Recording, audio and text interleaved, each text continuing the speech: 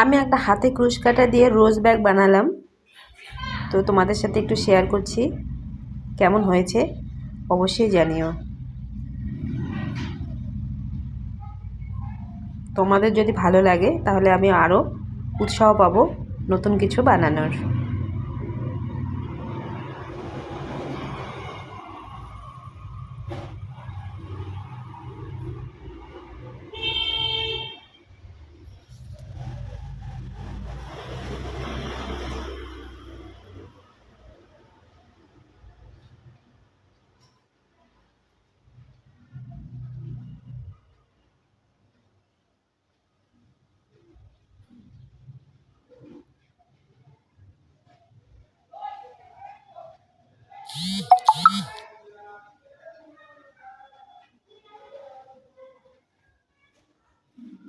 ব্যাগটা কেমন হয়েছে অবশ্যই জানিও।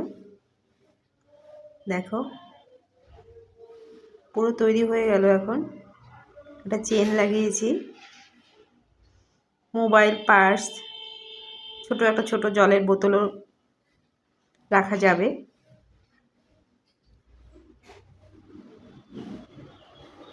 কেমন হয়েছে অবশ্যই জানিও কিন্তু।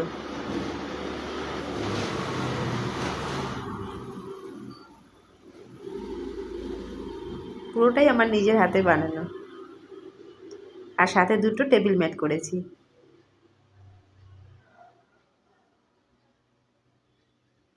কেমন হয়েছে অবশ্যই জানিও।